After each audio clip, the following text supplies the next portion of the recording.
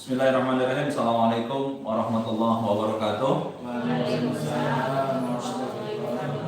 Alhamdulillah wa syukurillah wa binikmatillah wa la hawla wa la quwwata illa billah. Asbahna ala fitratil Islam wa kalimati ikhlas wa ala dini nabiyina Muhammadin sallallahu alaihi wasallam wa ala millati abina Ibrahim wa hanifa wa ma kana min musyrikin. Asyhadu an la ilaha illallah wa asyhadu anna Muhammadan abduhu wa rasuluh dan nabiyya ba'da. Amal ba'd.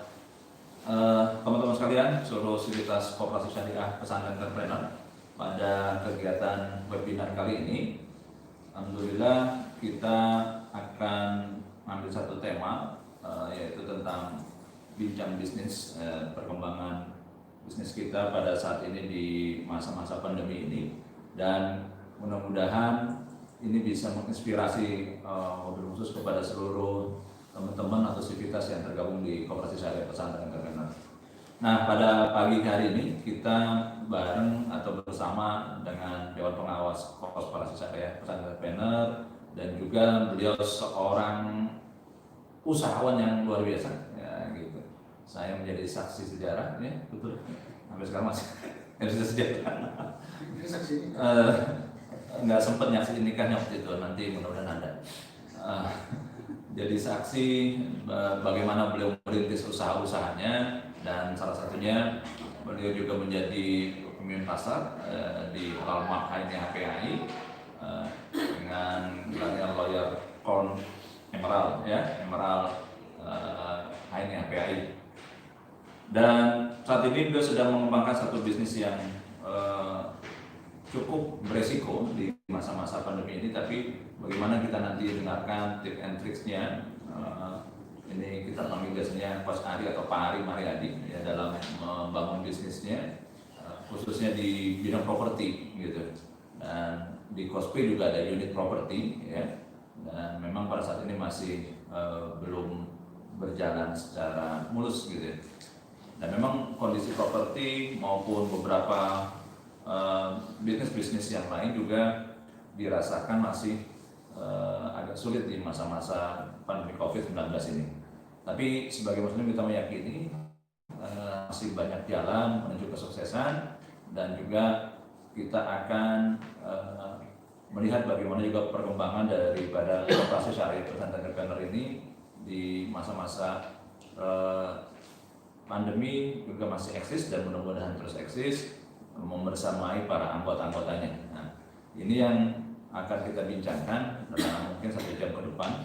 Mudah-mudahan bisa menginspirasi teman-teman semuanya, seluruh mitra Koperasi Syariah Pesantren Entrepreneur khususnya, dan seluruh umat muslim di manapun teman-teman berada, gitu. Nah, mari sama-sama kita buka majelis ini dengan membaca basmalah. Bismillahirrahmanirrahim. Gitu. Dan kita dengarkan bagaimana persiapan beliau menyiasati, ya, bisnisnya ini berjalan di awal tahun 2020 hingga memasuki masa pandemi, dan masih tetap eksis dan terus berkembang. Mungkin ini menjadi satu pelajaran bagi kita. Kita tetap struggle, kita tetap berjuang untuk menyiasati bagaimana pemberdayaan ekonomi di sekitar kita, melihat peluang-peluang bisnis apa yang ada di sekitar kita. Nah, teman-teman sekalian, kita simak, ya, bagaimana pemaparan Pak Syahrin dalam berbagi kepada kita semuanya. Kepada beliau, tafadhol.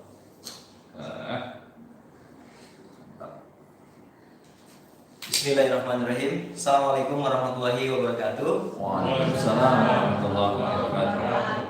Subhanallah, alhamdulillah, wa la ilaha illallah, wallahu akbar, asyhadu an la ilaha illallah, asyhadu Muhammadan abduhu wa rasuluhu la nabiyya ba'da. Asbahna ala fitratil Islam wa kalimatil ikhlas wa ala dini nabiyina Muhammadin sallallahu alaihi wasallam wa ala millati abina Ibrahim hanifan wa kana minal musyrikin. Rabbi shrah li sadri wa yassir li amri wa hlul 'uqdatam min lisani yafqahu qawli. Alhamdulillah, bersyukur kepada Allah Subhanahu wa taala di kesempatan hari baru, ya.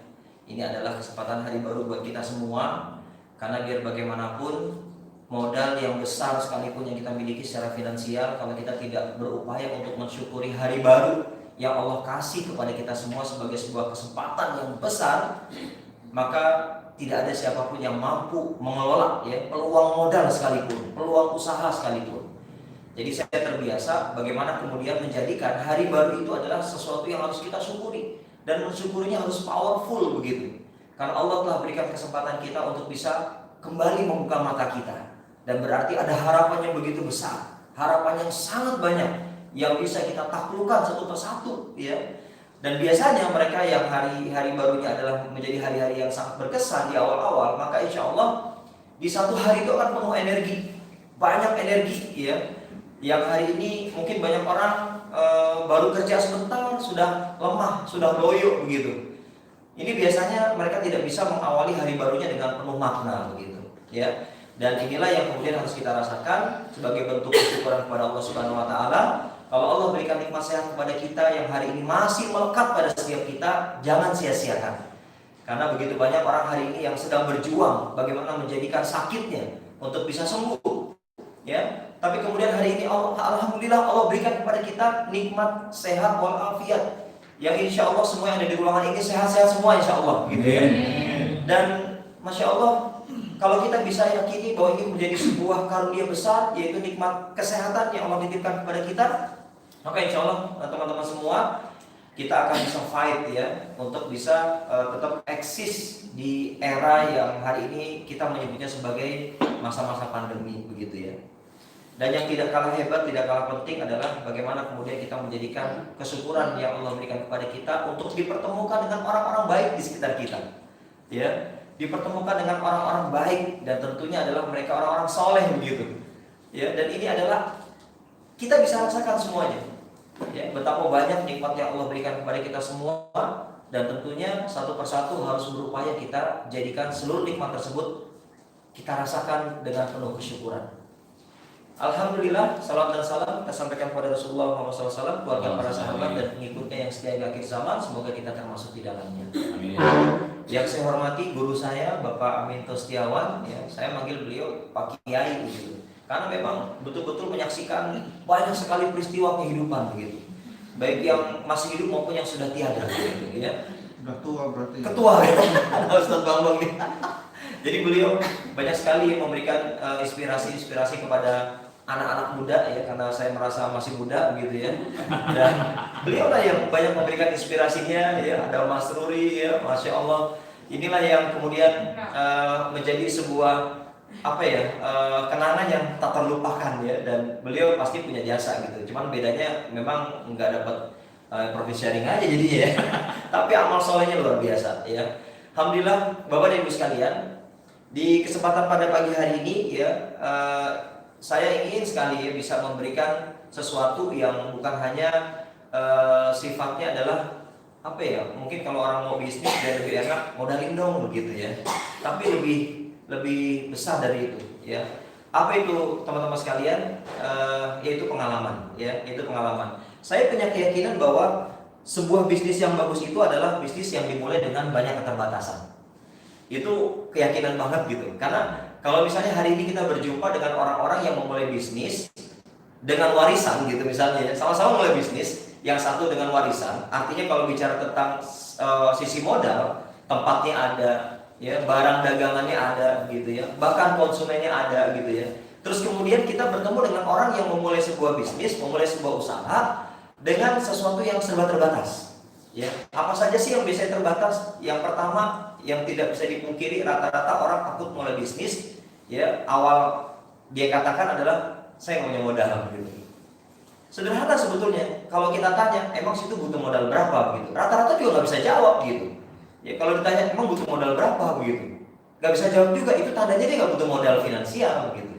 Yang dibutuhkan adalah bukan modal uang, tapi modal yang jangan uang yang kita bahas begitu.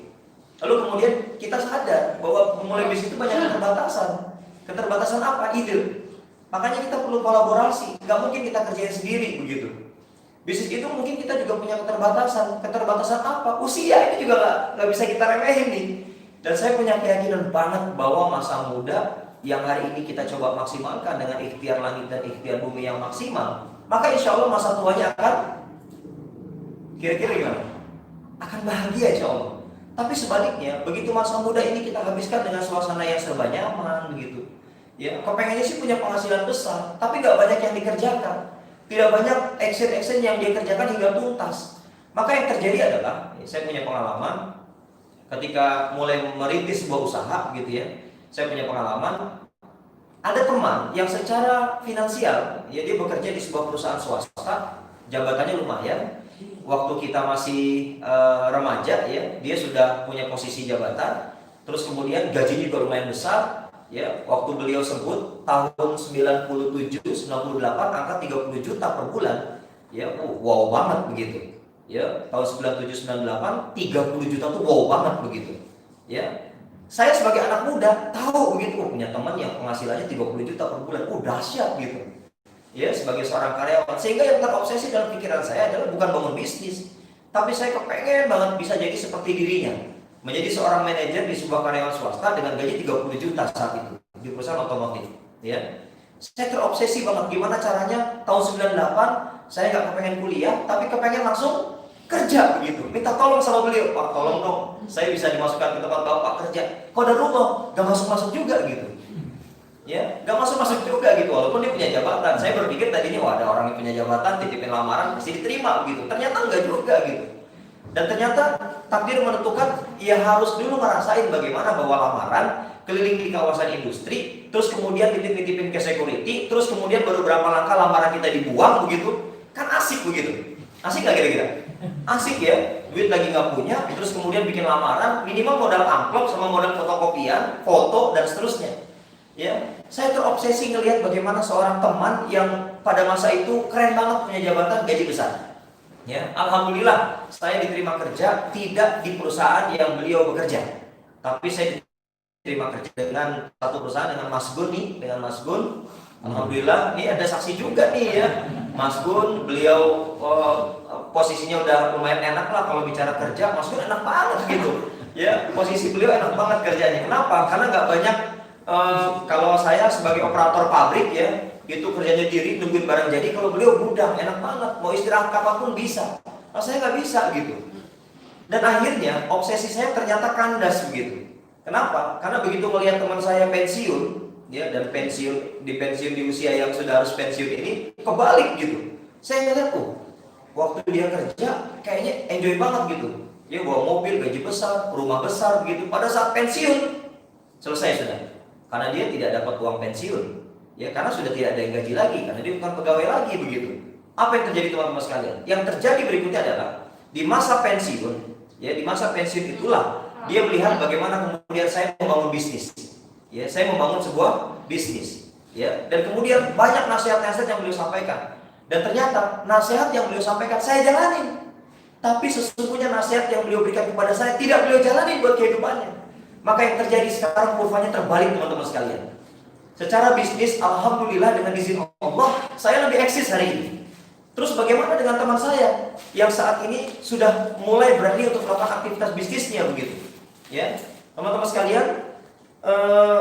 Teman saya dengan usia yang sudah semakin tua hari ini bikin warung sembako. Saya datang ke warungnya dan saya menyaksikan bagaimana kemudian kurva yang terbalik. Padahal dulu seharusnya waktu tenaga masih banyak, buka tuh cocok banget begitu. Sekarang usia sudah tua, tenaga sudah pas-pasan begitu, modal juga sudah mulai menipis, dia buka warung sembako. Saya lihat betul bagaimana teman saya belanja telur berkerat-kerat dan kemudian dia packing sendiri telur itu 1 kilo, 1 kilo, 1 kilo. Saya lihat betul bagaimana beliau beli minyak goreng. Saya sudah lakukan belanja minyak goreng sejak usia sampai SMA, kelas 1 SMA gitu. Saya beli ke pelabuhan, ya. Tapi beliau waktu itu lagi asik begitu kan. Tapi sekarang beliau kerjanya adalah naker-nakerin minyak teman-teman sekalian. Dalam kondisi sudah usia begitu. Dan Masya Allah luar biasa sekali. Saya sering mampir ke tokonya begitu. Kalau beli sembako lewat beliau. Dan akhirnya beliau sampaikan, "Ri, kamu kok," ya, beliau katakan apa? "Kamu kok berubah sekarang kehidupannya?" Kenapa? Karena setiap nasihat yang beliau jalankan saya praktekkan begitu. Tapi beliau tidak praktekkan untuk dirinya. Ini yang seringkali kita dengar kalau di dalam dunia kampus ya. Saya ngajar di beberapa kampus jadi dosen terbang. Maksudnya nggak ada yang terima jadi dosen tetap. Kapan diundang kita datang gitu ya. Saya diminta untuk memberikan materi kewirausahaan. Dan saya punya catatan. Pokoknya kalau saya ngisi materi kewirausahaan di kampus tersebut, dosen kewirausahaan harus ada dalam kelas. Kalau nggak ada saya nggak mau. Ya, kalau nggak ada saya nggak mau. Harus ada dalam kelas. Kenapa? Karena saya harus mengingatkan para dosen kewirausahaan. Saya katakan pada para mahasiswa, Anda belajar kewirausahaan dari orang yang tidak punya usaha, itu bullshit namanya. Omong kosong. Ya, Anda harus belajar berwirausaha dari dosen yang punya usaha. Kalau tidak, itu omong kosong, sahabat-sahabat sekalian. Ya, dan akhirnya alhamdulillah saya silaturahmi datang ke teman-teman saya yang hari ini buka toko sembako, ya. Kelihatan banget wajahnya sudah mulai menua, ya, tenaganya sudah mulai tidak seperti dulu saat masih menjadi seorang manajer begitu. Ya, dan kemudian saya datang kebalik sekarang. Rik, gimana Rik? Kira-kira gimana Rik? Biar usaha saya ini makin bagus gimana kira-kira?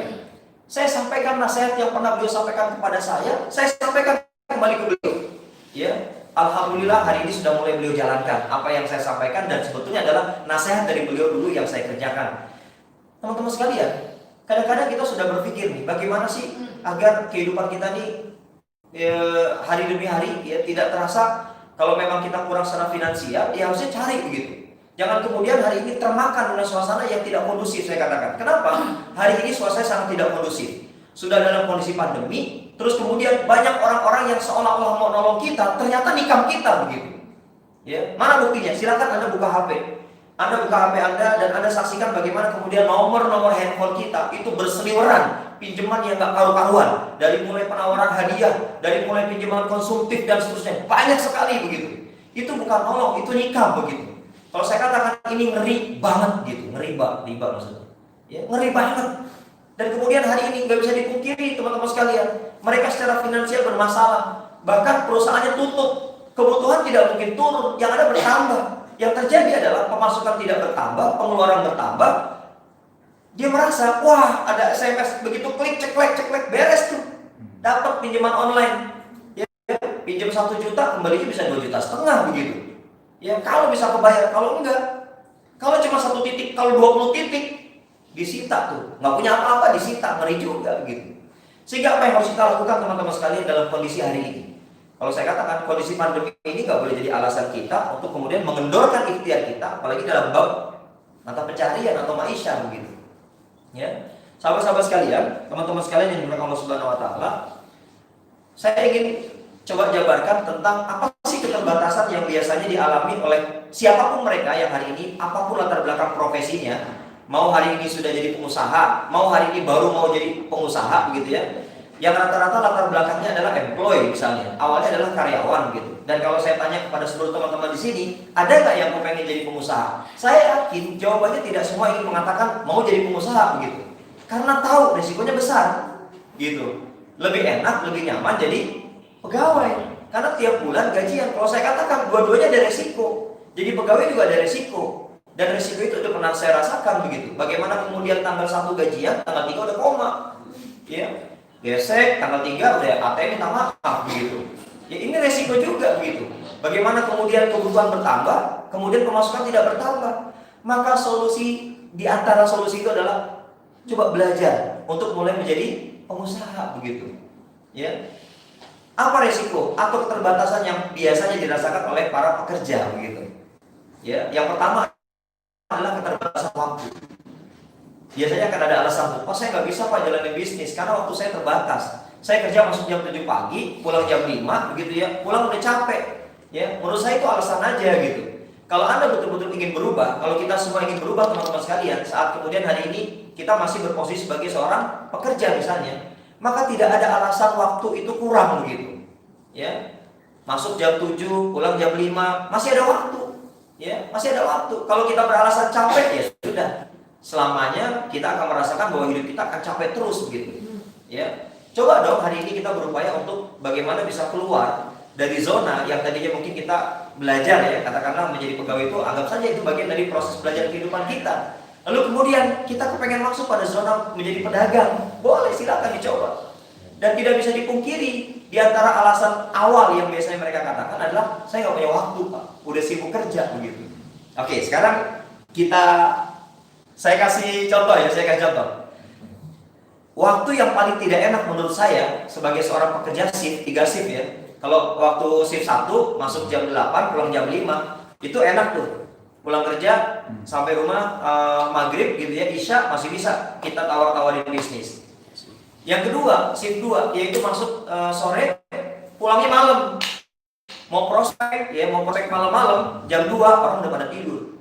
Yang ada gondok doang kita, ya. Begitu nge-share gitu ya, nggak ada yang baca begitu. Kalaupun ada ya orang begadang. Kalau prospeknya gitu, yang paling tidak enak adalah shift 3 gitu. Masuknya malam, pulangnya pagi, malamnya melek begitu kan. Pulangnya pagi, ini menurut saya nggak enak. Kalau saya waktu itu mengatakan, wah saya capek, pulang shift 3, enaknya tidur. Dan jujur, kegiatan yang paling enak saat mengalami keterbatasan waktu, ya, terutama adalah saat pulang kerja shift 3, itu yang paling enak, paling asoy begitu ya, itu tidur. Ya, dan itu saya kerjakan. Tidur tuh nyaman, tapi saat itu aja ketika saya bangun menghadapi realita hidup gak nyaman gitu. Kenapa? Anak saya belum makan. Mungkin sekali dua kali ada yang ngasih, tapi kalau keterusan pengemis kita jatuhnya begitu.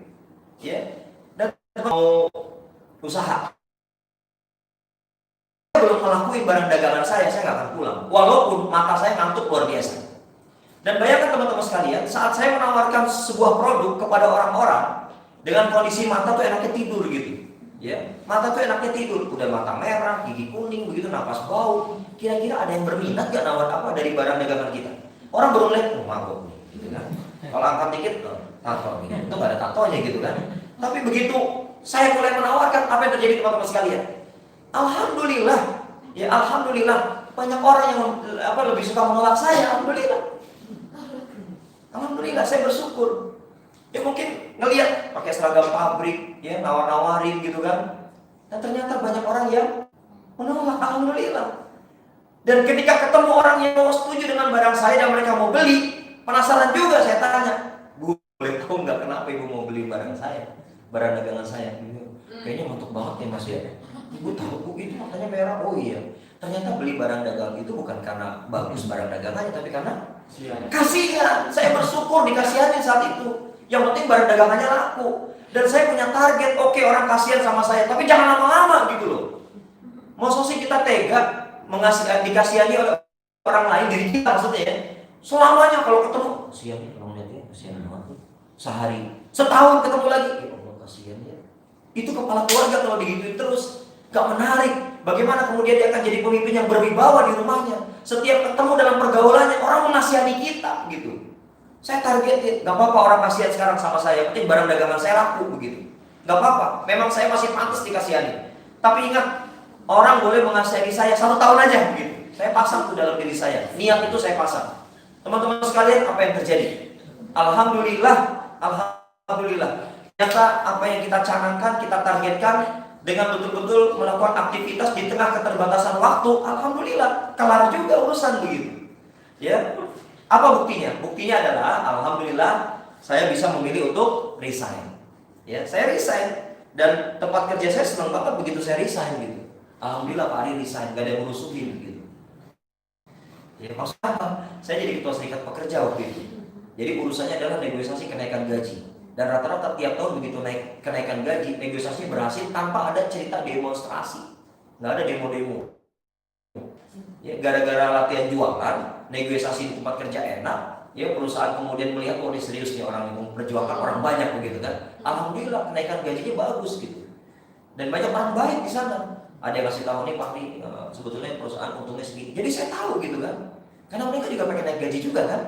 Nah begitu saya keluar, perusahaan seneng banget gitu. Ya alhamdulillah, salah seorang general manager tempat di mana dulu saya kerja itu datang ke toko. Alhamdulillah. Ya. Setelah berapa lama ya? Udah lebih dari 10 tahun kali ya. Kemudian dia datang ke tempat saya dan dia mengatakan, "Rik, saya mau belajar dong." "Belajar apa, Pak?" "Bisnis aja." "Apa, Pak?" "Nggak enak, saya malu saya." "Bapak GM."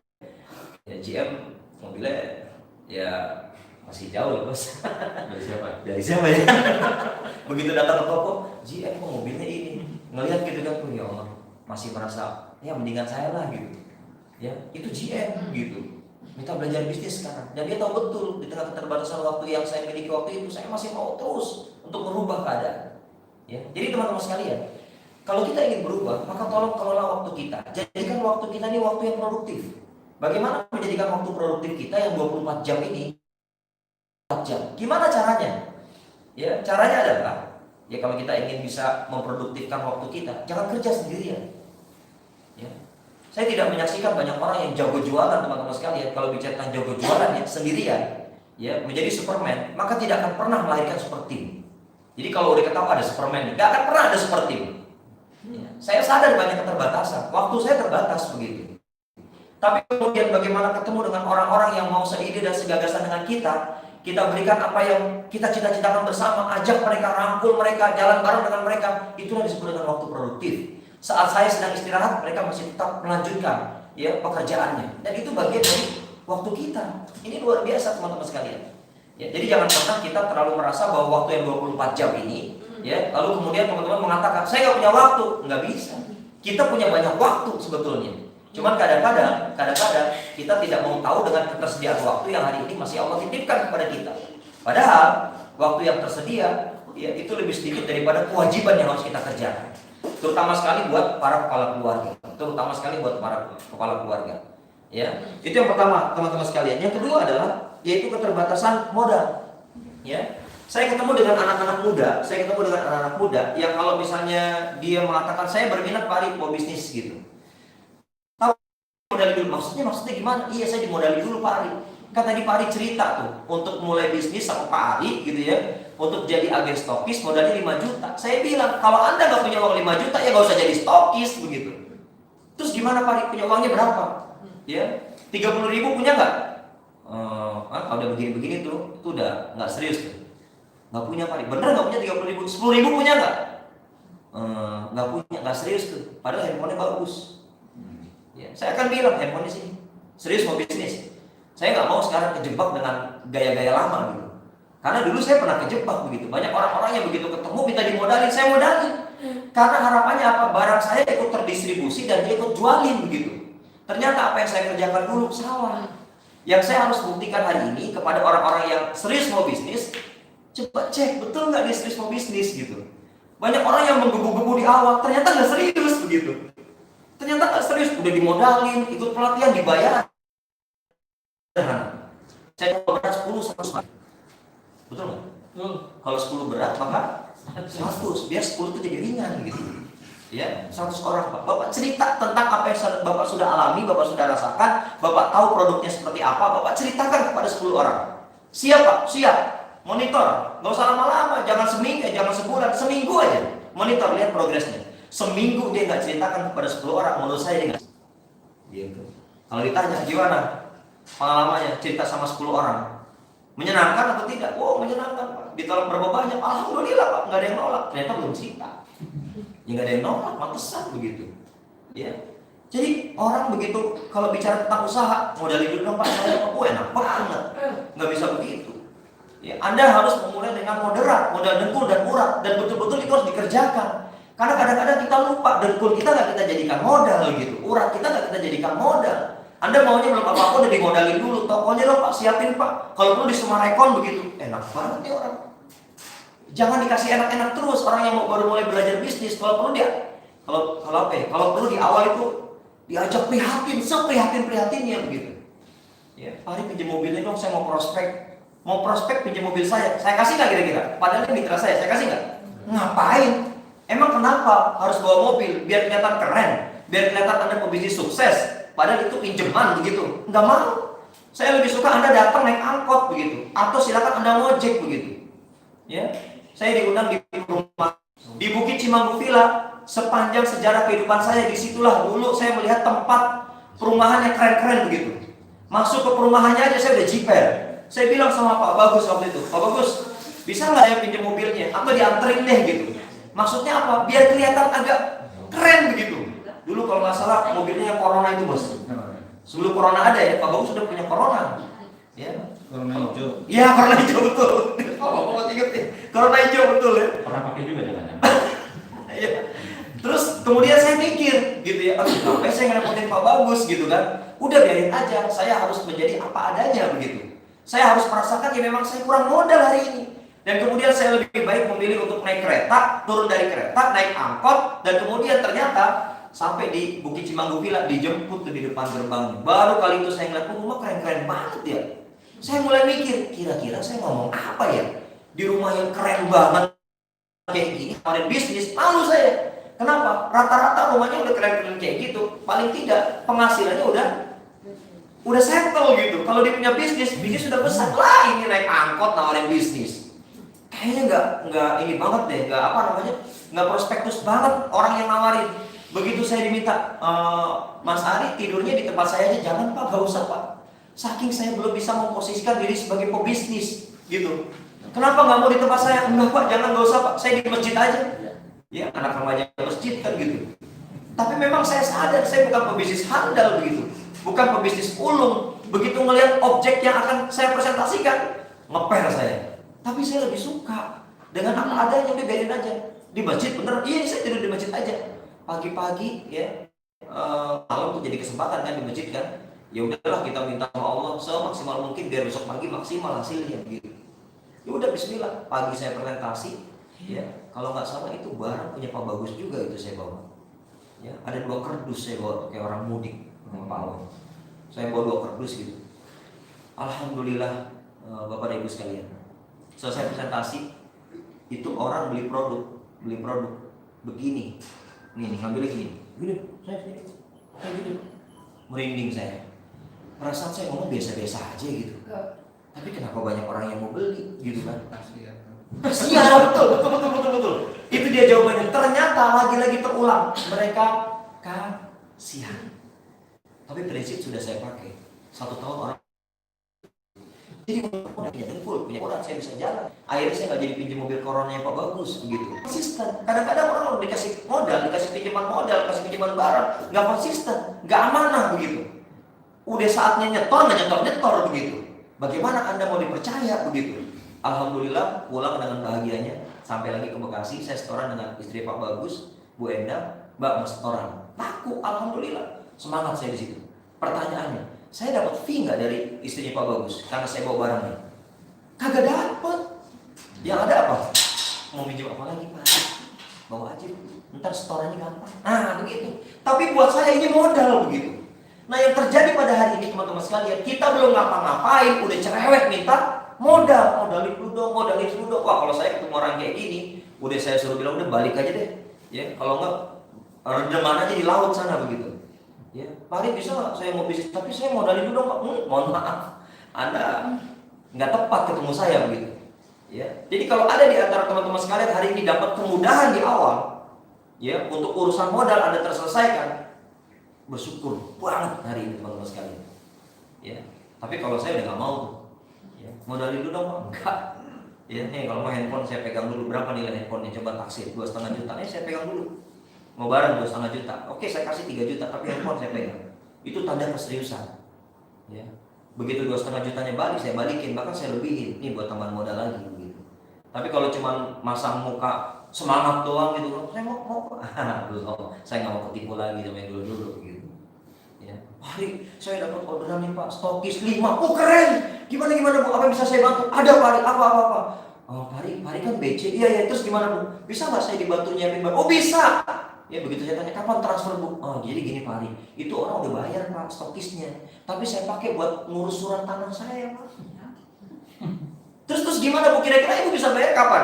Jadi gini Pak, nanti begitu selesai Pak, tanah saya jual Pak, saya langsung bayar Pak 5 stokis 25 juta men. Angka yang tidak sedikit. Oh baik Bu, saya mau bantu kan niatnya, kirim 25 juta jeger. Ya, apa yang terjadi teman-teman sekalian? Apakah barangnya muter? Apakah barangnya habis? Habis, alhamdulillah. Duit balik, nyetor ke saya, kagak sampai sekarang.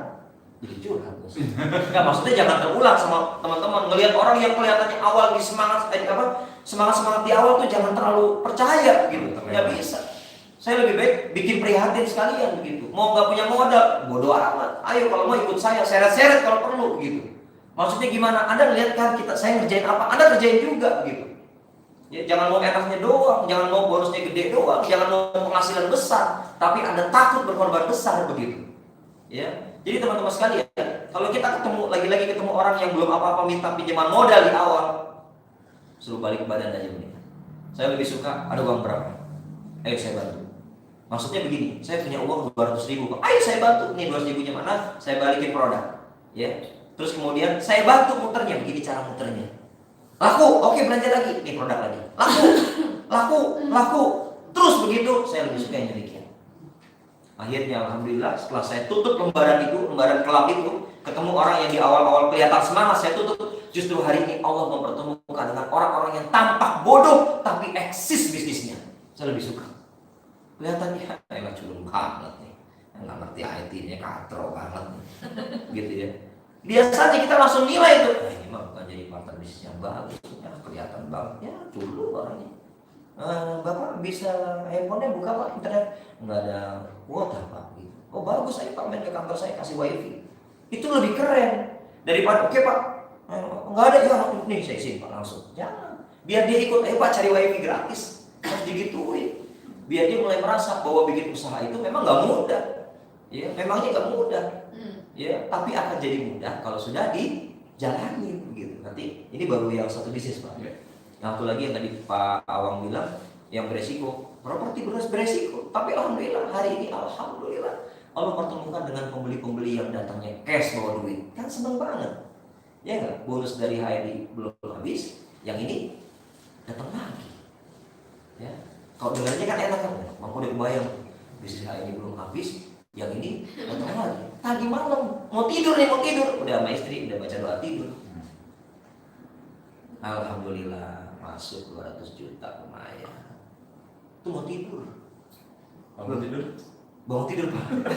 Nih bangun tidur nih, pagi nih bangun tidur 120 juta Pak. Masya Allah. Mau tidur masih ada nih Pak, belum kepake duitnya nih. Iya. Tetap pengasihan ya Pak. Iya. Jadi ngomong suruh teman-teman sekalian, apa yang terjadi? Keterbatasan modal hari ini teman-teman sekalian, keterbatasan modal. Kalau kita tidak bisa nikmati, maka yang terjadi adalah kita akan menjadi pebisnis yang manja. Ya, manja, sebentar-sebentar maunya dibantu, sebentar-sebentar maunya disupport, sebentar-sebentar mau coba dong kita maksimalin dulu gitu. Apa yang bisa kita lakukan dari modal yang Allah udah titipkan dalam diri kita ini? Tidak harus dalam bentuk uang, tapi dalam bentuk fisik dan kesehatan kita. Alhamdulillah saat jalankan bisnis HNI, saya gak punya modal buat jadi stokis. Ada lagi orang yang kasihan dengan saya. Serius banget sih jalan bisnis. Emang kayak gimana sih ini prospek bisnis? Bagus banget Pak. Padahal saya juga belum tahu prospeknya kayak gimana begitu. Di awal-awal tuh. Cuma ngomong-ngomong Pak Hari tuh bawa produk kok dikit banget. Ya memang saya nggak ada modal. Ya produknya dikit. Gimana? Tahun berapa?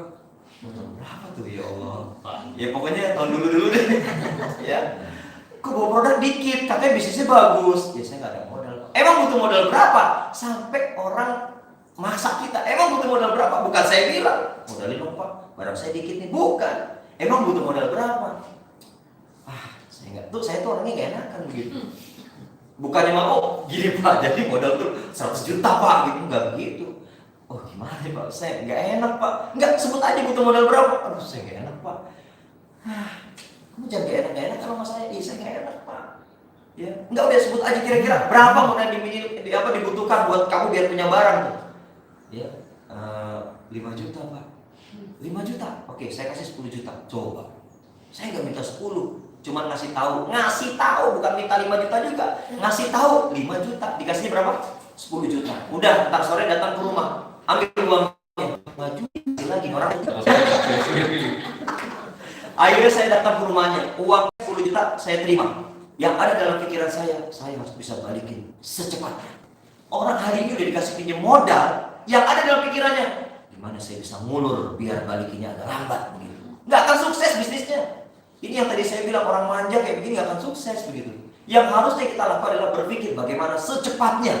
Ya, dia kasih waktu ke saya 1 tahun, teman-teman sekalian. Pak Hari, setahun kira-kira bisa balik nggak? Insya Allah bisa Pak.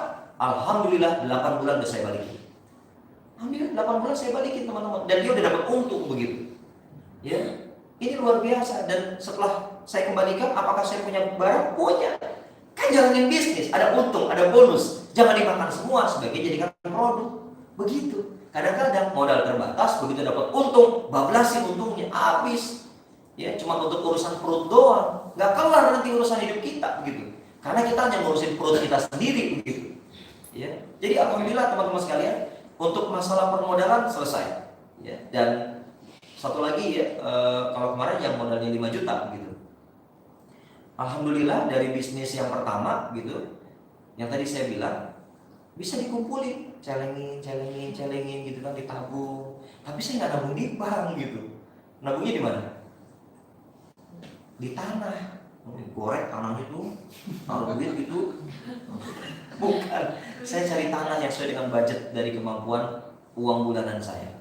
Ya, cari ketemu sama pemilik tanahnya, bisa nggak saya sebulan mampu nyelengin segini nih ya. Oh bisa, udah bayar aja, bayar cicil, bayar. Begitu selesai pun nggak terasa juga ya, hampir 2000 meter gitu kan. Lumayan, dibuat apa juga nih 2000 meter kalau nggak produktif, dosa saya. Ya udah akhirnya bikin perumahan. Dan alhamdulillah hari ini usaha perumahan terus berjalan di saat orang menyaksikan. Rata-rata di tengah keterbatasan yang ada di sekitar kita adalah menyaksikan kerja kita. Oh masa sih bisnis perumahan memang punya modal? Alhamdulillah sekarang terus berjalan ya, dan progresnya terus berjalan. Pertanyaan yang menarik adalah, perlu modal nggak saya? Modal tambahan nggak? Buat perluasan, buat ekspansi? Nggak perlu. Uang yang ada aja belum habis.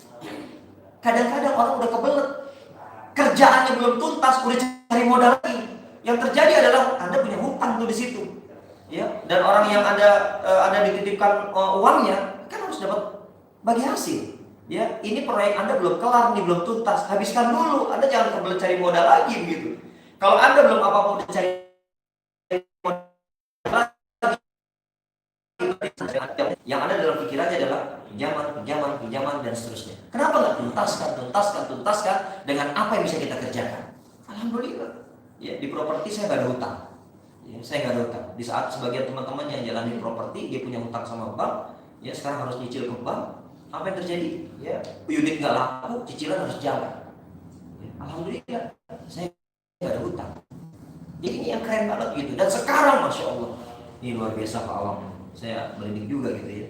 Orang datang, Pak Ali, saya mau dong ikutan apa? Ikutan ini, bikin rumah. Kok kayaknya enak banget ya? Bangun terus ya. Karena kalau bangun itu berarti udah yang beli begitu. Ya, maksudnya gimana nih? Iya, saya nitip uang 1 miliar dong begitu. Masih nggak? Itu modal bukan? Modal, tapi kalau saya nggak bisa mengolahnya, apa yang terjadi teman-teman? Saya akan punya tanggungan sama orang ini. Mau diapakan lagi? Tapi begitu dia sudah melihat proyeknya berjalan, maka yang terjadi, orang akan berlomba-lomba menitipkan uangnya sebagai bentuk tambahan modal untuk usaha kita. Nggak usah pakai aju-ajuan lagi. Tapi Anda tunjukkan dulu Anda bisa kerja begitu. Kalau nggak bisa kerja, ngajuin lagi, insya Allah ditolak, betul ya? Insya Allah ditolak. Pak Agus, saya mau mengajukan lagi nih tambahan modal. Ya, kita lihat progres kemarin, jalan nggak usahanya, ada pertumbuhan nggak? Kalau nggak ada, pasti nggak dikasih tuh. Apalagi sok-sokan saya mau ekspansi yang kemarin aja belum kelar, ya kan? Tidak kelihatan hasilnya, ya. Terus kemudian mau nambah modal lagi, nggak akan disetujui itu kayak gitu. Yang ada adalah usahanya kelar, ya, kelar beres. Bikin lagi ekspansi, kelar lagi, maka orang akan datang kepada kita, saya mau titip uang ke Bapak. Ih, luar biasa. Ya, paling pertanyaan cuma satu, ini cuci uang bukan gitu ya. Kalau cuci uang repot juga kita gitu ya. Baik, itu urusan modal ya teman-teman sekalian. Yang berikutnya yang ketiga adalah terkait dengan keterbatasan kita yang ketiga teman-teman sekalian, yang secara umum kita lihat, yaitu keterbatasan kemampuan. Ya, ketika kita ingin memulai sebuah usaha, ada orang yang mengatakan, orang yang bikin bisnis Pak, itu katanya harus jago ngomong gitu. Orang yang mau menjalankan usaha, katanya harus punya kemampuan. Jadi gimana Bu? Ibu minat barang saya Bu? Padahal orangnya di situ. Jadi gini, apa yang saya bawa sekarang ini, itu produk terbaik Bu. Bagus banget, matanya ke atas. Kayak ngomong sama cicak gitu. Tapi laku juga barangnya begitu. Ya, laku juga barangnya. Tapi kemudian apakah tidak bisa dirubah tuh gaya seperti itu? Bisa, sambil jalan aja begitu. Ya, walaupun kemudian saat nawar-nawarin tidak berani menatap konsumennya, ya, tidak berani memandang konsumennya, dan dia tetap semangat untuk menjelaskan apa kelebihan barangnya. Teman-teman sekalian, apa yang terjadi? Waktu berjalan, kemampuan untuk menyampaikannya pun berubah. Jauh lebih bagus begitu. Jadi, kalau kita merasakan hari ini ada keterbatasan dalam hal kemampuan, maka teman-teman sekalian sadarilah. Disinilah pentingnya kita melakukan kolaborasi, ya, kolaborasi. Saya termasuk orang yang tidak terlalu suka dengan matematika. Ya, jadi kalau misalnya hari ini saya mau belajar tentang hitung-hitungan, saya akan ketemu dengan mitra bisnis saya sekalipun dia adalah Ya kalau di HMI dia adalah downline saya gitu. Saya nggak akan sungkan. Tolong dong ngajarin, tolong dong dibimbing, kasih tahu dong gimana sih ngelolanya begitu. Gak ada masalah. Ya Pak Dedi ini termasuk yang jago ngitung begitu. Ada Pak Ahmad Fato ini jago ngitung juga begitu. Tapi kalau saya disuruh ngitung secara detail, secara rigid nggak bisa. Saya cuma bisa tahu ini untung, kalau begini rugi, begitu. Udah gitu doang. Ya. Tapi kalau orang-orang yang memang Allah berikan kemampuan secara khusus jago ngitung gitu misalnya ya syukurilah itu. Tapi kalau saya secara pribadi, saya nggak jago ngitung saya. Ya, saya nggak jago ngitung. Saya cuma tahu, pokoknya tiap bulan ya kalkulasi dari modal yang kita keluarkan segini, terus kemudian targetan keberhasilan segini, ya berapa hasilnya lihat, apakah kemudian lebih rendah dari bulan kemarin atau bahkan lebih banyak dari bulan kemarinnya lagi gitu ya. Nah, itu situ aja yang bisa saya monitor gitu. Tapi selebihnya saya nggak bisa. Ya. Dan saya sadar itu keterbatasan saya. Ya. Dan berikutnya teman-teman sekalian, saya tidak bisa membedah ya kalau bicara tentang produk itu sampai detail banget. Sehingga kalau bicara tentang bisnis di HMI, saya hanya mampu membedah pasta gigi, sabun mandi, deterjen. Yang lainnya nggak bisa. Bukan nggak bisa, karena saya nggak kepengen gitu. Udahlah, pokoknya saya ketemu orang kalau nawarin fokus sama 3 produk ini aja. Ya, bahkan begitu orang tanya, Pak buat asam urat apa? Saya tahu berapa harganya, nggak tahu saya. Ya, saya nggak tahu harganya. Kemarin ada calon mitra bisnis saya juga untuk di properti nanya, Pak Ari itu ongkos buat BPHTB nggak tahu saya. Tanya sama ini, saya nggak tahu gitu. Ya, buat ongkos ini pajak ini penjualan dan nggak tahu saya. Ya, saya nggak tahu. Makanya saya bekerja sama dengan orang lain gitu. Orang lain kasih tahu, saya tahu ini. Jadi nggak perlu saya kerjakan sendiri. Kalau kita merasa punya keterbatasan dalam hal kemampuan, jangan jadi Superman begitu. Tapi libatkan orang yang ada di sekitar kita. Saya nggak pandai bagaimana kemudian melakukan administrasi keuangan. Makanya sekarang salah satu karyawan saya sarjana S1 yang memang punya kemampuan di bidang administrasi keuangan begitu. Ya. Dan itu pun kalau bikin laporan saya bingung. Tolong bikin yang paling simpel yang saya bisa pahami. Ya, saya harus tanya lagi sama orang yang ngerti. Kira-kira ini udah simpel belum ya? Karyawan saya kasih kayak gini nih. Ya, kata teman saya, ini masih ribet Pak. Oh gitu. Gimana yang simpel? Begini Pak. Saya tinggal bilang sama karyawan saya, tolong bikin yang kayak begini. Bisa? Bisa. Oke. Dia bikinkan seperti itu. Tiap sore saya terima laporan keuangan, saya bisa tahu uang cash saya ada berapa, uang saya di BSM ada berapa, uang saya di BNI Syariah ada berapa, uang saya di e-wallet ada berapa. Saya tahu tuh sekarang. Jadi kalau bikin laporan dalam metode yang dia pelajari itu saya nggak bisa baca. Maksudnya baca bisa, tapi nggak ngerti gitu. Ya begitu saya konsultasikan karena saya merasa punya keterbatasan kemampuan, saya tanya, ini kira-kira udah pantas belum buat saya? Oh jangan Pak, terlalu ribet. Yang simpel kayak gimana? Gini Pak. Oke, saya bilang karya, nih bikinnya kayak gini. Apa yang terjadi teman-teman sekalian? Sekarang dibuatkan. Ya, itu menarik sekali. Saya sadar banyak keterbatasan begitu.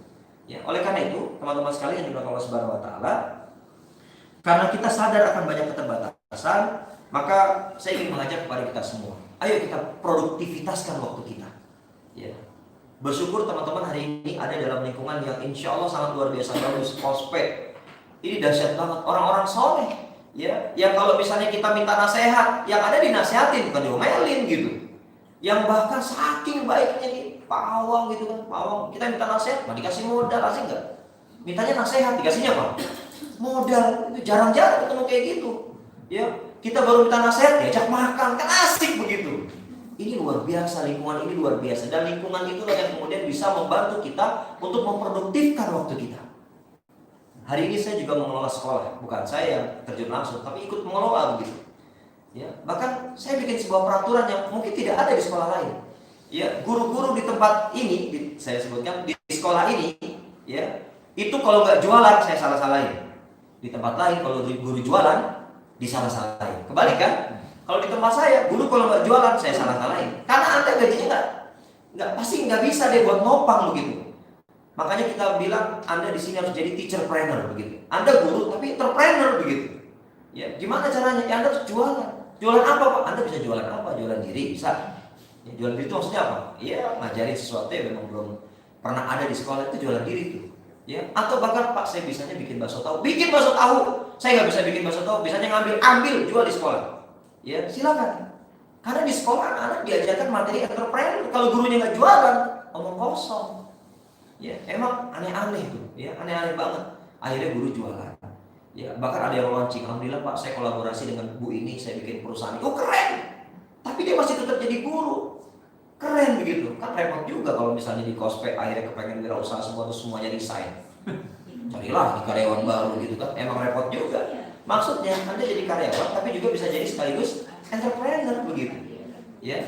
Nah, oleh karena itu yang pertama ya. Bagaimana kemudian kita memproduktivitaskan waktu di tengah keterbatasan waktu kita. Yang kedua adalah bagaimana kemudian kita sadar modal yang kita punya mungkin secara finansial itu kecil. Maka seharusnya kalau sudah sadar, Anda harus segera melakukan modal yang kecil ini harus diputar sekencang-kencangnya. Muter modal sekencang-kencangnya itu gimana? Tadi yang saya contohin, punya uang 250.000, kecil kan? Ini barangnya, putar sekencang-kencangnya. Maksudnya gimana? Begitu laku, belanjain lagi, laku, belanjain lagi, laku, belanjain lagi.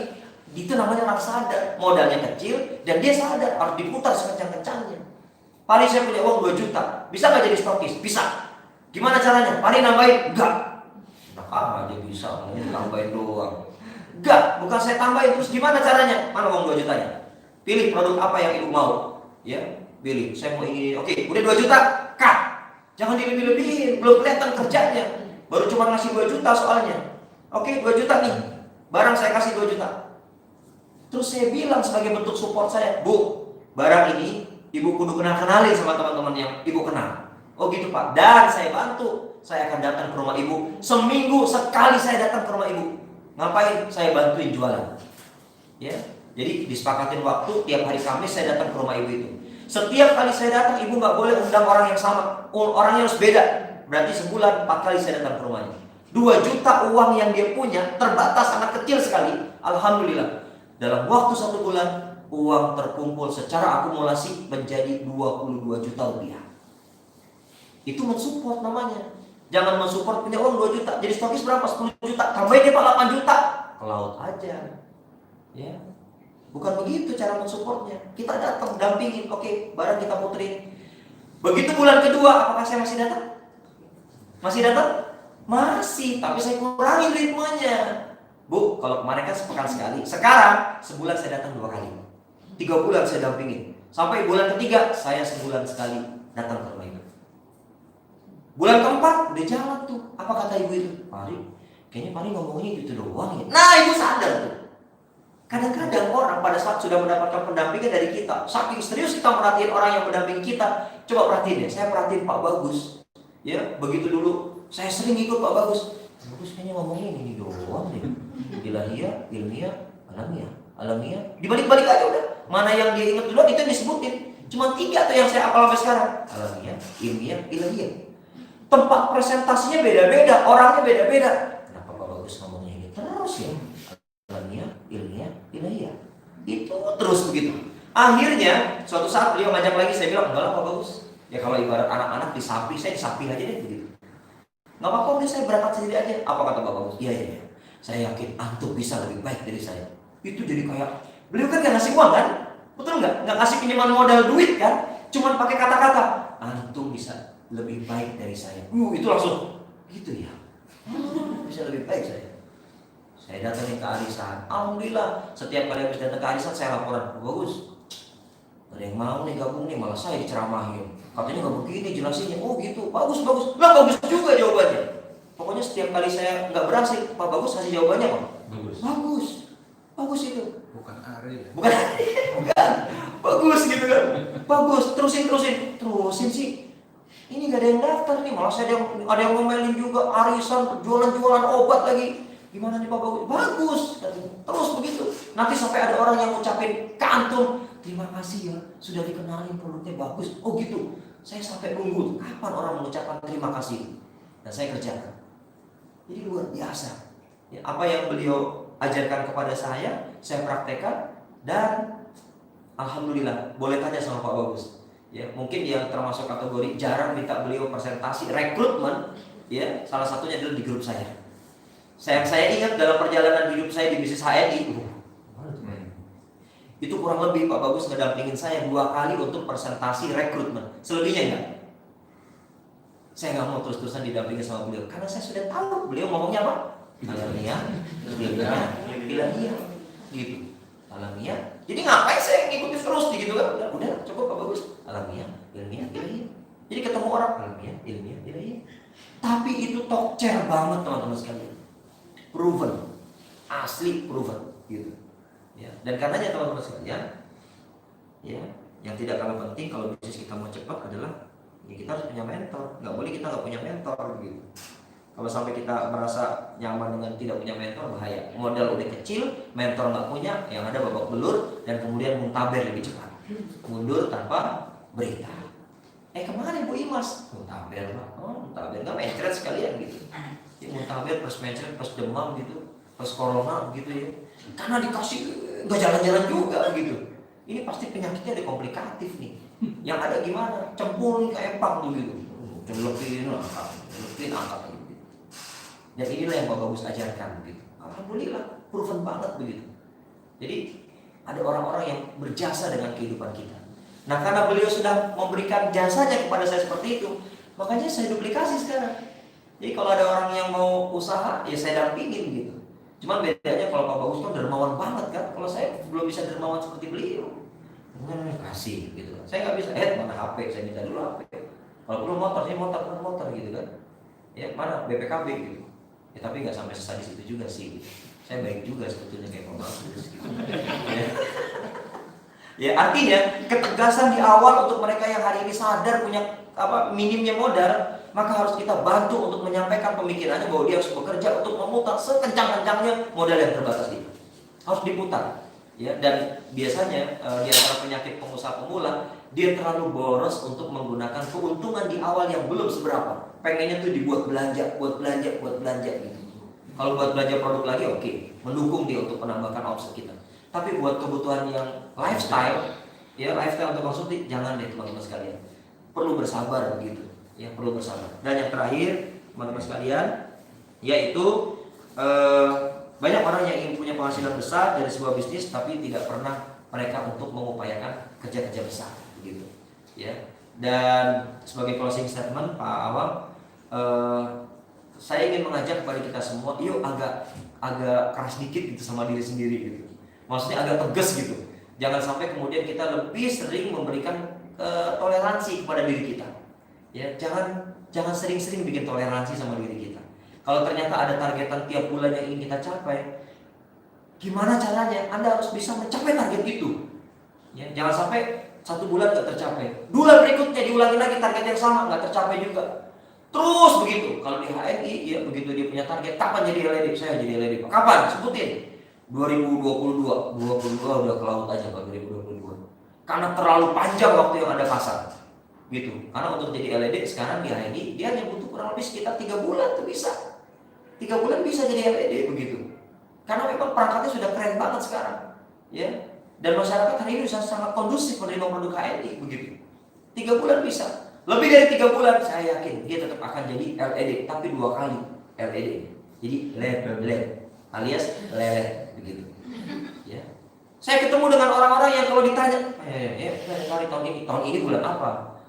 Ya kira-kira, nggak pakai kira-kira, sebutin bulan apa. Kalau pakai kira-kira, Anda kerja juga pasti kira-kira juga gitu. Qadarullah sampai hari ini pun ada mitra saya nih, Bapak Ibu sekalian, yang kalau ketemu pasti ngalihin pembicaraannya. Begitu saya mau tanya, ngalihin lagi gitu. Dan sampai hari ini beliau belum berhasil jadi LED. Padahal potensinya luar biasa. LCD berarti. Apa tuh? LCD dulu ya LED. Oh, LCD dulu. Ya. Jadi begitu Bapak Ibu sekalian ya, sehingga kita perlu segera untuk mulai menata diri kita ya. Rugi banget kalau nggak jadi pengusaha, rugi banget. Karena ternyata jadi pengusaha itu enak banget ya, enak banget. Dan jangan dilihat enaknya, tapi kemudian mari sama-sama kita coba selami bagaimana kemudian proses awal yang terpenting teman-teman betul-betul bisa ngerasain. Memang jadi pengusaha itu nggak mudah begitu, tapi menarik insya Allah. Ya menarik insya Allah. Baik Bapak Ibu sekalian, itu saja mungkin sebagai materi sharing pada hari ini. Silakan. Ya, syukur Pak Ari Waryadi atau Coach Ari Waryadi telah menginspirasi pada bincang kita hari ini di Koperasi Syariah, Sivitas Koperasi Syariah Pesantren Entrepreneur. Ada beberapa catatan yang saya berketik gitu ya. Teman-teman sekalian, bahwa apa yang tadi beliau lakukan dari beliau menjadi seorang karyawan, kemudian memulai bisnisnya, mengambil satu langkah untuk keluar atau resign dari pabrik tempat beliau bekerja sebelumnya, hingga menekuni dunia bisnis gitu. Dan ini dijalankan begitu banyak dan cukup panjang dan berliku gitu ya, bukan langsung ujuk-ujuk ya gitu Pak Ari, tapi prosesnya begitu panjang. Nah, ada beberapa catatan bagi kita semuanya, mudah-mudahan ini tadi oleh Pak Ari itu beliau mendahulukan adalah merubah mindsetnya. Ini mindset yang perlu teman-teman jalankan. Kalau di cosplay ini alhamdulillah di Mbak Pipit itu udah usaha keripik macam-macam. Bu Eva lagi nekunin apa ya, beras gitu kan. Dia kemana-mana gitu kan. Ya nggak tahu deh, jatuh bangunnya belum rasain, biar rasain dulu deh. Nah, Bu Imas yang lainnya kalau asli kan pasti ada makanan di depan asli. Di mejanya tuh pasti ada makanan. Dijual bukan buat dia juga nggak ngerti, buat cemilannya juga nggak ngerti. Pasti ada di depan. Nah ini teman-teman tetap berusaha. Makanya mindset yang pertama, kita harus berpositif dengan apa yang ingin kita lakukan. Kan inazoni abdik ya, kita mampu kalau kita if you can think you can. Kalau kita bilang bisa, insya Allah bisa. Nah maka think positif, berpikiran selalu positif. Ini yang menjadi satu kekuatan kita untuk terus meraih apa yang ingin kita cita-citakan. Yang selanjutnya kita harus berani gagal. Bahasanya harus potong urat malu gitu ya. Berani gagal, sekali jatuh kemudian nggak berani bangkit lagi. Nah ini repot, jatuh nggak berani bangkit. Ini yang nanti kalau baru sekali orang, bahasanya kalau di bisnis itu kalau mau jadi pengusaha jangan baperan gitu ya. Baru ditolak sekali, baru dinawar sekali terus sudah nggak jalan. Nah mungkin marketing yang di lapangan juga begitu. Nah, kita harus berani mempunyai mental ya, dalam hal ini adalah mentalitas kita yang harus benar-benar kokoh. Yang ketiga tadi fokus ya. Tadi setelah kita selesaikan bisnis ini, karena nggak semuanya juga bisa merangkum dalam satu perkara ya, dengan bermacam-macam ya. Menjalankan bisnis ayam goreng, mau menjalankan bisnis beras, nggak fokus. Makanya tadi satu step by step udah selesai, melangkah pada ekspansi bisnis berikutnya. Yang ketiga itu fokus. Yang keempat, nah inilah kita mesti kerja keras, gitu ya, kerja keras. Tadi yang karyawan tadi begitu juga. Yang nggak enaknya dari 3 shift yang beliau lakukan, ya. Di shift pertama mungkin masih enak ketemu malam, sore, malam masih bisa silaturahim. Ya. Kalau di teman-teman itu masih istilahnya gemar safar, ya, gesit dan lain sebagainya. Nah itu bisa dilakukan. Kerja keras ini apapun bisnisnya, kalau leleh ya susah gitu kan, kerja keras. Nah dalam masa pandemi ini bisa nggak gini? Ya bisa aja. Sekarang juga terbuka online kok, media medsos begitu mudah dijangkau, mudah kita berdayakan. Kita manfaati kuota kita ini bukan hanya untuk konsumtif biasa gitu, sekedar pajang foto diri tapi nggak ada hasilnya. Nah, pajang foto diri dengan produk yang mungkin kita punya. Yang kelima, ya, catatan saya ini adalah konsisten dan sabar. Gitu ya. Konsisten, seberapa konsistennya, seberapa sabarnya kita. Tadi berani gagal ketika kita jatuh, dalam hal ini kita berani bangkit lagi. Nah, konsisten dan sabar ini menjadi hal yang bagi seorang pebisnis itu harus be patient ya. Harus sampai dia ketemu tuh nanti kliknya di mana tuh.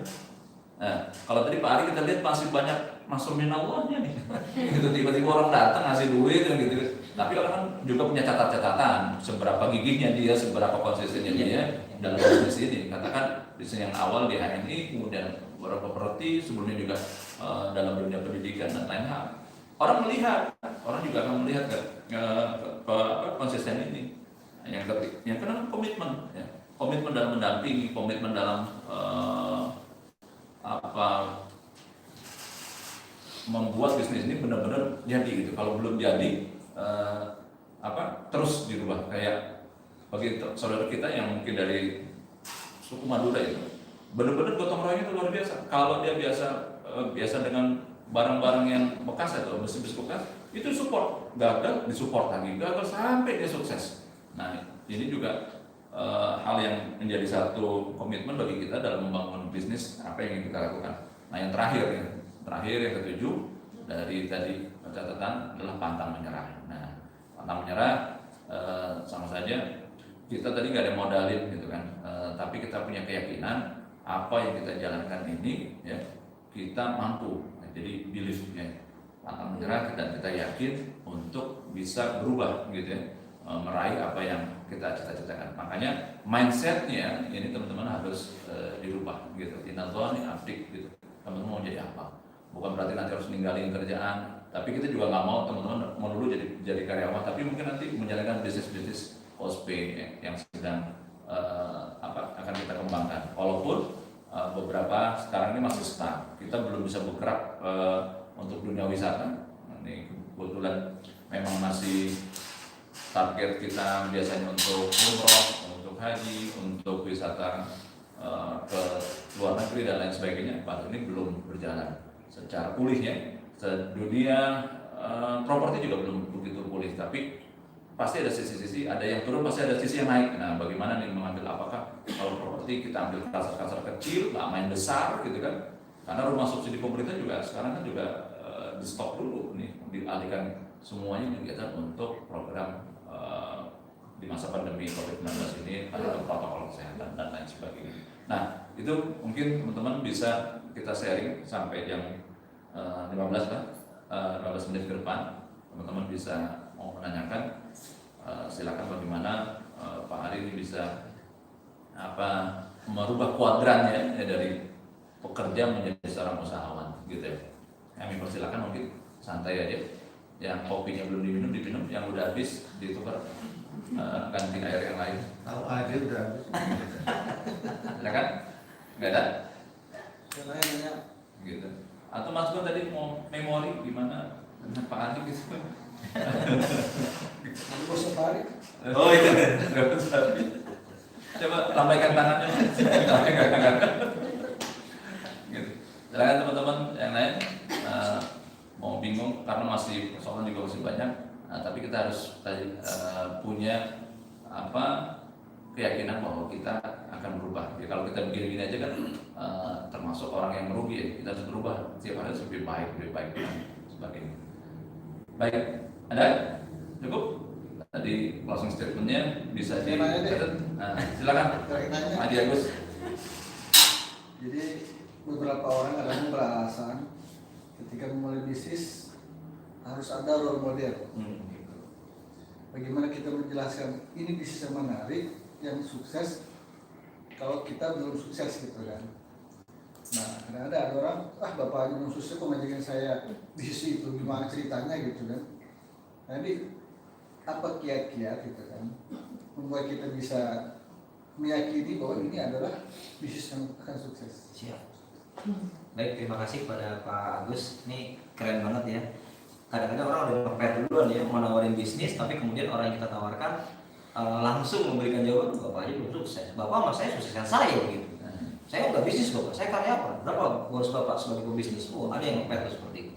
Nah, oleh karena itu, teman-teman sekalian, kata kuncinya sederhana aja sebetulnya. Kalau kita kepengen pede nih, nawarin bisnis kepada orang lain gitu ya kita harus yakin dulu sama bisnis yang kita jalanin gitu. Walaupun kita belum dinyatakan sukses oleh banyak orang, tapi paling tidak kita nih yakin dulu gitu. Orang boleh nggak percaya sama ide kita, orang boleh nggak percaya sama gagasan bisnis kita, orang boleh nggak percaya dengan apa yang kita kerjakan, tapi diri kita nggak boleh menjadi orang yang nomor satu tidak percaya dengan apa yang kita keluarkan kepada orang lain gitu. Jadi kita dulu gitu. Contoh gini, saya punya teman ya, dia udah eksis juga di bisnis. Kalau bicara income ya sebulan sekitar 400-an juta lah income-nya ya, bukan omset ya, tapi income. Yang menarik adalah pada saat beliau mencoba untuk ekspansi, ya beliau ekspansi bisnis. Beliau bikin usaha A, bangkrut, diekspansi bisnisnya. Terus kemudian beliau bikin lagi usaha B, bangkrut begitu. Padahal kalau bicara tentang modal, itu nggak terbatas modalnya. 400 juta itu masih banyak lah lebihnya begitu. Sampai kemudian dia sampaikan lagi ke saya, kok bisa Pak Ari ya, Pak Ari bikin bisnis properti gitu kan. Padahal kalau bicara tentang penghasilan, dia lebih besar daripada penghasilan saya gitu. Ya. Nah, ternyata clue-nya ini sederhana teman-teman sekalian. Ternyata setiap dia mau melakukan ekspansi usaha, itu dia tidak pernah passion dengan usaha-usaha yang diekspansikannya. Contoh, saya tanya, emang Bapak mau membangun usaha apa? Saya mau miara domba, Pak. Miara domba. Ya, saya cuma tanya sederhana, emang Bapak senang sama binatang? Enggak, ya nggak bisa. Nggak bisa. Ya, terus siapa yang mau ngerjain usaha domba itu? Orang lain. Tapi Bapak nggak senang sama binatang begitu. Maksudnya sama binatang itu dia nggak friendly begitu. Nggak bisa. Saya mau usaha sayuran begitu. Ya, supaya saya dikenal sebagai pebisnis yang multi talent. Ya, tapi ditanya, Bapak suka merawat tanaman? Nggak bisa bisnis kayak gitu. Walaupun Anda punya modal besar. Ya, maka yang harus kita lakukan saat kita baru memulai, yakinilah bisnis yang Anda jalankan itu bisa merubah kehidupan Anda. Kalau Anda yakin, wah itu udah sesungguhnya role model yang Anda butuhkan itu tidak terlalu menjadi sesuatu yang Anda butuhkan. Banyak orang yang bahkan ya kalau bicara tentang pebisnis pemula masih unyuk-unyuk dan nggak ngerti tentang role model begitu. Berhasil tuh bisnisnya. Kenapa? Karena yakin banget. Dia terus fokus mengerjakan aktivitas hariannya, tidak pernah melenceng dari apa yang dia sadari bahwa dia akan merubah kehidupannya kalau berhasil. Ya, terus dia kerjakan. Ya. Jadi, walaupun Anda punya uang banyak, Anda mau ekspansi bisnis, kalau Anda tidak passion di situ, nggak bisa berhasil. Anda mau titipkan ke orang lain, siap-siap Anda akan ditipu begitu. Apalagi kita masih baru mulai. Ya, orang sudah bertanya-tanya, ya, memang Anda nawarin apa ke saya? Itu kalau udah mengukur tentang perbandingan pendapatan saat kita baru mulai, kelar kita. Ya. Jadi memang modal utamanya adalah yakin dulu sama bisnis yang kita jalani. Anda yakin sama bisnis HNI? Sebesar apa keyakinan Anda dengan bisnis HNI begitu misalnya? Anda yakin dengan bisnis keripik Anda begitu? Sebesar apa Anda yakin dengan bisnis keripik Anda begitu? Ya kan bisa dibuktikan. Saya ketemu dengan anak muda baru menikah. Saya tanya kerjanya apa? Tadinya Grab. Sekarang masih Grab? Enggak, sepi. Grab mobil. Sekarang apa ya? Sekarang jualan ini Pak, dimsum. Oh dimsum. Udah punya anak? Baru Pak, baru mau 1 begitu. Ya, baru mau 1. Oke. Jualan dimsum udah berapa lama? Lumayan Pak. Sejak menikah udah 1 tahun Pak. Oke. Pernah punya target nggak jualan dimsum berapa sebulan? Nggak pernah Pak. Saya mah ya nggak perlu target gitu. Ya ngalir aja gitu kan. Nggak bisa. Maksud teman-teman mau disamain sama yang ngalir di kali tuh? Ngalir gitu. Nggak bisa begitu. Harus ada targetannya. Saya ketemu lagi dengan orang yang punya usaha, dia punya usaha, tapi saya tahu dia orang jalannya setengah hati. Setiap orang yang baru memulai, ya, dia hanya perlu mengerjakannya sepenuh hati, walaupun Anda tidak mengerjakan sepenuh waktu. Karyawan kan nggak bisa ngerjain sepenuh waktu. Kalau teman-teman lagi tugas di PE, terus kemudian transaksi keripik gitu, terus kemudian tadinya tidak mau ACC, tiba-tiba karena repot ada orderan keripik, ACC aja deh gitu. Ternyata masalah tuh, nggak boleh, berarti Anda nggak fokus di situ. Ya. Jadi teman-teman sekalian, yang perlu kita lakukan adalah mengerjakan sepenuh hati, bukan sepenuh waktu. Kecuali kalau Anda memang betul-betul sudah punya home industry keripik yang memang Anda ada di situ, ya Anda harus di situ, begitu. Jadi teman-teman sekalian, yakinilah usaha yang memang teman-teman pengen mulai itu apa, gitu. Kalau Anda betul-betul punya keyakinan, tiap hari Anda akan ngomong itu. Tiap hari Anda akan betul-betul menjadikan diri Anda itu seperti keripik begitu. Keripik diri. Maksudnya orang ketemu Anda tuh ingat keripik. Ada rasa apa lagi? Keripik lewat. Gitu. Ya. Oh ini ada kue apa nih? Risol lewat risol. Nggak apa-apa. Kalau sampai Anda bisa membentuk image orang di sekitar Anda dengan seperti itu, maka orang tidak akan nanya kepada kita berapa penghasilan Anda. Orang sudah tahu cash flow-nya. Banyak juga yang beli ya begitu. Itu yang terpenting. Ya, jadi gak usah khawatir teman-teman sekalian nanti begitu mau mulai eksis gitu ya, lalu kemudian takut ditanya Pak nanti situ Bang udah berhasil bisnis gitu ya. Nggak penting itu. Yang penting adalah Anda nggak usah ngejawab itu. Anda jawab dengan bukti. Itu jauh lebih dahsyat. Ya. Jadi wajarlah yang namanya baru mulai, orang pasti biasa lah kadang-kadang ngeremehin. Wah, memang Anda masih pantas diremehin. Ya, wajarlah orang kasihan. Enggak apa-apa, udah biarin aja. Kalau Anda tidak Semakin diremehin semakin bagus gitu. Semakin Anda diremehin, Anda ketemu energinya. Tapi ini khusus buat orang-orang yang nggak baperan gitu. Buat yang baperan, bagi seorang istri ngadu ke suami, gimana ya ini kue onde-onde gak laku ya gitu ya. Kata suami, lah emang bunda kagak bakat dagang, mati kita udah. Ya, atau sebaliknya, ya suami ngadu ke istri, gimana nih Mi gitu ya, gimana bunda gitu ya, pengen banget bisa bikin rumah buat bunda dan anak-anak gitu. Bayangin anak udah 5, rumah belum punya begitu. Umur udah 40. Halo, Anda bentar lagi udah kelar tuh hidup di dunia. 40 tahun anak kelima belum punya rumah begitu. Kalau ketemu bapak-bapak yang seperti ini, kebetulan saya ada mitra bisa kayak gini juga gitu ya. Ya. Itu enak banget nyentuhnya. Pak, Bapak kan punya keterbatasan usia. Emang Bapak nggak sadar? Bikin anak sih saya sadar, yakin gitu kan. Tapi saat Anda berhasil melahirkan 5 orang anak, terus kemudian sampai dengan usia 40 lebih Anda belum punya rumah, itu bahkan sampai dia bilang ke saya, sampai ada anak saya nggak mau tinggal sama saya Pak, karena saya masih kontrak, kontrakannya kecil. Ya, begitu buka rumah, kamar tidur, ya sebelahnya dapur. Ya wajar lah, anak Bapak makin gede, nggak bakal betah tinggal di situ. Inilah orang-orang yang menyebabkan lahirnya generasi alay karena orang tuanya abai sama kewajiban dirinya sebagai orang tua begitu. Ya, gimana sih usahanya? Gak jelas banget. Ya yang penting kan saya bukan yang penting usaha, ada indikator keberhasilannya. Anda harus punya target begitu. Kalau Anda buka sesuatu, targetkan biar besar tuh gimana begitu.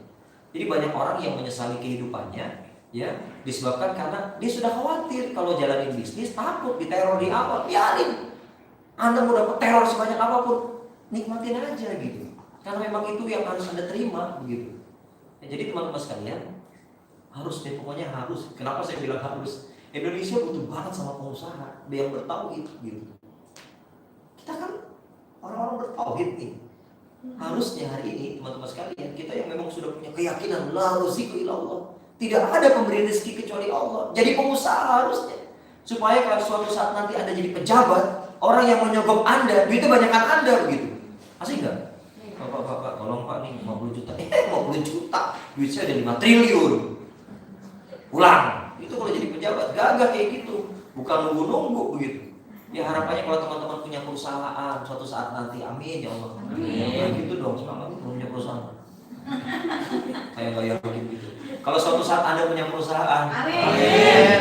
Anda jadi pemimpin perusahaan yang baik hatinya. Belum gajian tapi dia nawarin mau gajian sekarang. Keren. Saking cash flow perusahaan udah aman banget gitu. Ya memang begitu. Ya, Anda jadi orang yang jadi pemilik perusahaan yang nggak pernah perhitungan. Kayak Pak Bagus tuh nggak perhitungan. Mungkin kalau ya Allah ini kok setiap ada tamu datang lagi ke Abu Ba. Jangan mikirin Abu Ba. Udah biarin aja. Memang itu karakteristik leader begitu. Ya. Ya belum apa-apa melihat ada karyawan pucat dikit, dia makan belum? Makan. Makanya bukan nasi uduk nasi kuning, Abu Ba. Kan keren. Gitu. Suatu saat kalau kita semua jadi pemimpin perusahaan, Anda harus jadi pemimpin perusahaan yang dermawan.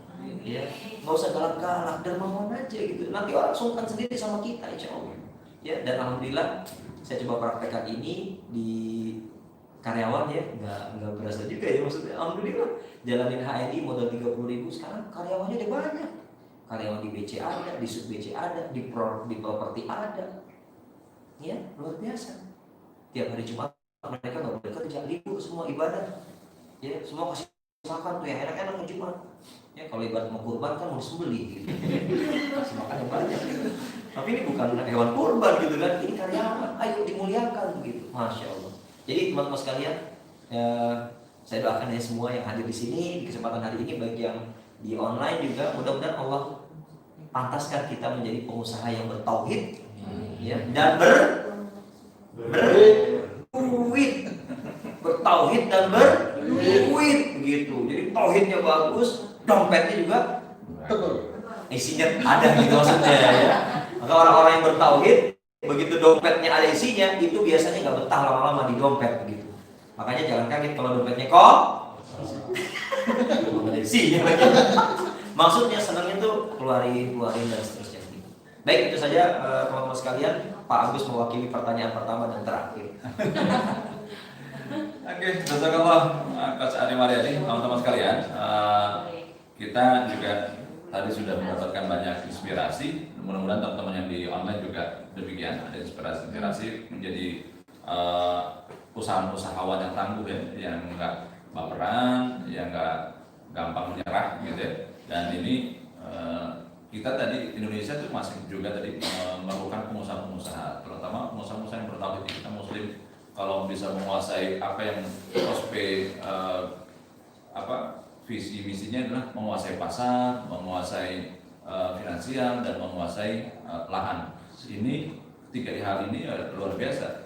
Memang kita juga pernah membuat kesalahan, tapi kita bahasanya kita jangan sampai mati gaya. Masih banyak usaha-usaha lain yang dalam masa-masa pandemi ini bisa kita coba dan kita jalankan gitu.